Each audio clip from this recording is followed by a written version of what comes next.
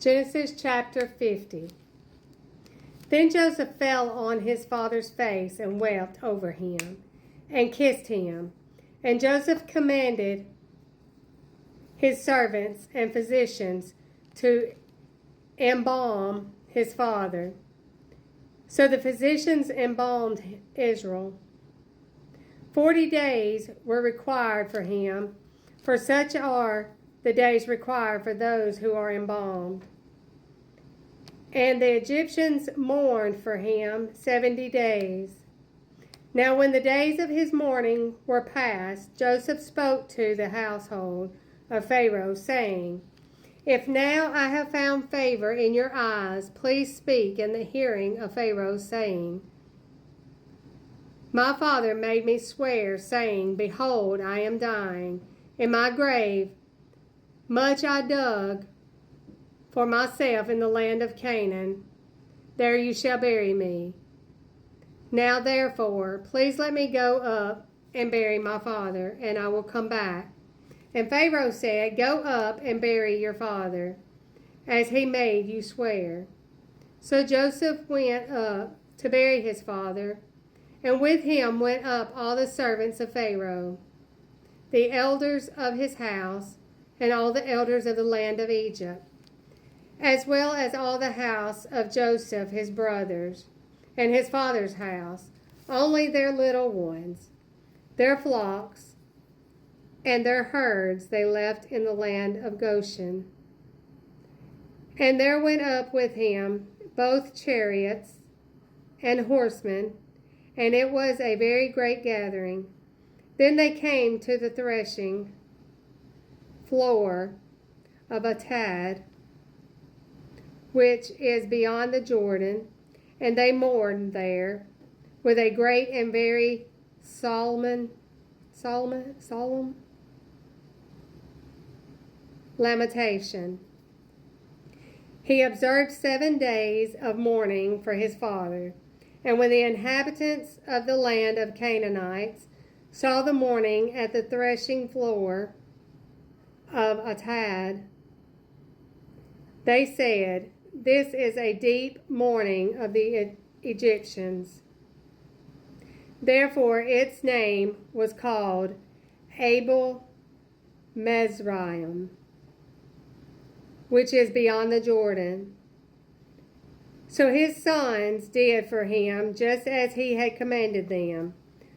For his sons carried him to the land of Canaan and buried him in the cave of the field of Machpelah before Mamre, which Abraham bought with the field from Ephron the Hittite as property for a burial place.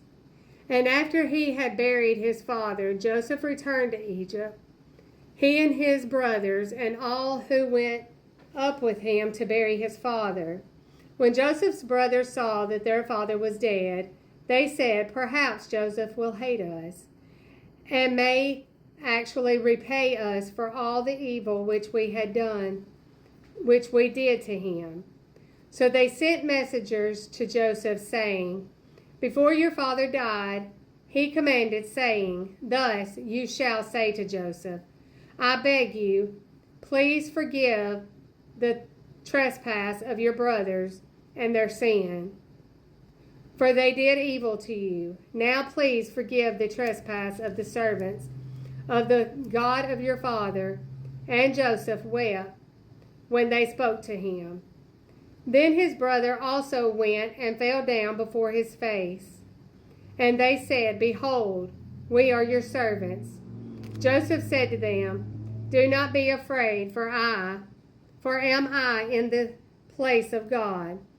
But as for you, you meant evil against me, but God meant it for good, in order to bring it about, as it is this day, to save many people alive. Now therefore do not be afraid. I will provide for you and your little ones. And he comforted them, and spoke kindly to them. So Joseph dwelt in Egypt, he and his father, and his father's household, And Joseph lived 110 years. Joseph saw Ephraim's children, to the third generation. The children of Machar, the son of Manasseh, were also brought up on Joseph's knees. And Joseph said to his brethren, I am dying, but God will surely visit you and bring you out of this land to the land of which he swore to Abraham, to Isaac, and to Jacob. Then Joseph took an oath from the children of Israel, saying, God will surely visit you, and you shall carry up my bones from here. So Joseph died, being 110 years old, and they embalmed him, and he was put in a coffin in Egypt.